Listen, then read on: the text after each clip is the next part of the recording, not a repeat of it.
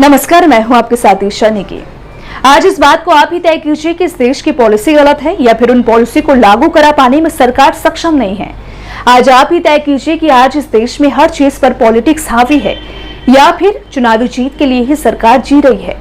या आप ही तय कीजिए कि वाकई में बीजेपी और आरएसएस का विस्तार सरकार के लिए सबसे जरूरी काम है या फिर इस देश की विचारधारा को बदलने में सरकार लग चुकी है।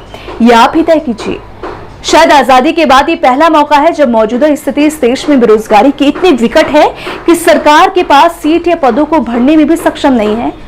सरकार नई भर्ती और नए पद लाने की स्थिति में भी नहीं है। अलग अलग विभागों में जितने भी खाली सीट है उन्हें भरने के बाद जो भी सैलरी देनी पड़ेगी और जो लोग रिटायर्ड होंगे उनको जो पेंशन देनी होगी उसकी स्थिति में भी सरकार नहीं है। आज बेरोजगारी की जिस स्थिति में देश खड़ा है, दुनिया के कम से कम 16 देश ऐसे रहे बेरोजगारी के इस हालत होने के बाद भी उन देशों में परिवर्तन हो गया और सत्ता पलट दी गई।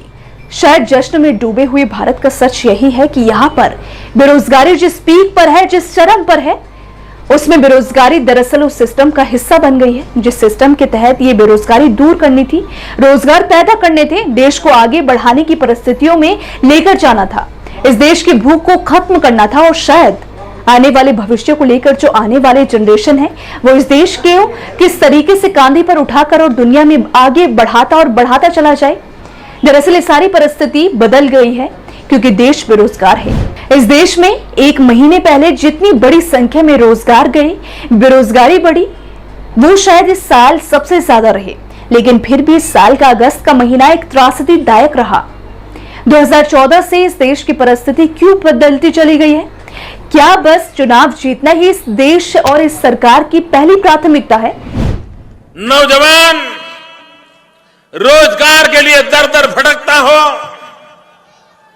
बूढ़े मां बाप बेटा कुछ कमाई करके लाए उसकी आशा में बैठे हो, लेकिन उस नौजवान को भी भरोसा नहीं है कि मेहनत करने का इरादा होने के बावजूद भी वो अपने मां बाप का पेट भर पाएगा कि नहीं भर पाएगा। ये सब समझने की कोशिश आप कर लीजिए क्योंकि आज जो हालात देश के हैं उसको देखकर लगता है कि कुछ आंकड़े आपको बताने होंगे।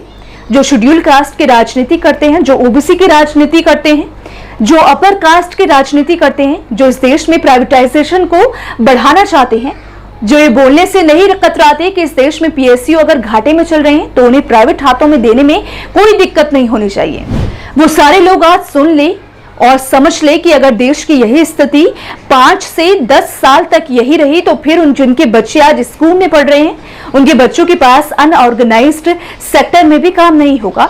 इसका मतलब कि जहां कोई सोशल सिक्योरिटी नहीं होती है और रोजगार के जिक्र तो आप भूल ही जाइए क्योंकि इस देश के अंदर ये 7 साल में पीएसयू में जितने रोजगार चले गए वो 6 लाख है। इस देश में बैंकों में जितने रोजगार चले गए तकरीबन 4.5 लाख। इस देश में जो खाली सीट है वो है 80 लाख, उसको भी सरकार नहीं भर पा रही है। इस देश में इंडस्ट्री से जुड़े जो अनऑर्गेनाइज्ड सेक्टर है उस सेक्टर में भी कई कर्मचारी काम से मुक्त हो गए हैं, उनके पास कोई काम नहीं है। ये तो बहुत छोटी सी लिस्ट है। टीचिंग स्टाफ से लेकर रेलवे ही क्यों ना हो, सारे पद खाली पड़े हैं। उन लोगों को भी रोजगार नहीं मिल पा रहा है जिन्होंने परीक्षा पास तक कर ली है। जी हाँ, आप सोचिए जरा कि एक स्टूडेंट एक कॉम्पिटिटिव एग्जाम निकालने के लिए इतनी मेहनत करता है, अपना दिन रात एक करता है और जब उसको उस मेहनत का फल मिलने की बारी आती है तो सरकार उसे लॉलीपॉप दे देती है। आप यकीन मानिए कि सेंट्रल यूनिवर्सिटी जहां पढ़ाया जाता है वहां पर टीचिंग स्टाफ के करीब 13,000 पद खाली पड़े हैं। नॉन टीचिंग स्टाफ के भी करीब 24,000 पद खाली पड़े हैं। ये इकोनॉमी का कौन सा मॉडल है और इस मॉडल के तहत बीते 7 साल में जितनी भी योजनाएं हैं, चाहे आप स्वच्छ भारत की योजना हो, चाहे वो डिजिटल इंडिया की योजना हो, मोदी जी ने जो अपने मुख से करीब 264 योजनाओं का ऐलान किया है इस दौर में और इन योजनाओं के प्रचार पर जो खर्च किया गया है वो खर्च इस देश में चुनाव प्रक्रिया में जितना खर्च होता है ऐसे ही कई सारे खर्च हैं और इन खर्चों को अगर मिला दिया जाए तो इस देश के अंदर लगभग 80 लाख पद खाली पड़े हैं। उन पद पर भर्ती करके आप उन बच्चों को 10 साल तक सैलरी दे सकते हैं। अब कोई सवाल करता है कि गांधी के दौर में इमरजेंसी भी आई थी लेकिन उस पीरियड में इस देश में बेरोजगारी का परसेंट था वो केवल 2.5% था। आज नेशनल परसेंट लगभग 9% है। उस दौर में जो रोजगार दिए जा रहे थे वो उसकी संख्या थी 22 लाख और इस दौर में रोजगार की संख्या करीब 4 लाख है। उस दौर में नौकरी में जो सवाल खड़े करते थे उस पर रोक थी और इस दौर में नौकरी की खत्म कर दिए गए हैं। यह हालत नई है और ये नया भारत है।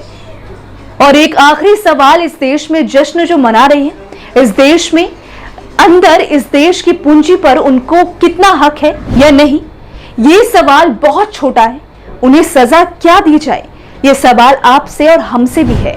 तो इस बारे में एक बार आप सोचिए जरूर। इस वीडियो में मेरे साथ फिलहाल इतना ही। अगर आपको ये वीडियो पसंद आया हो तो उसे लाइक शेयर जरूर करें, साथ ही मेरे चैनल को सब्सक्राइब करना ना भूलें।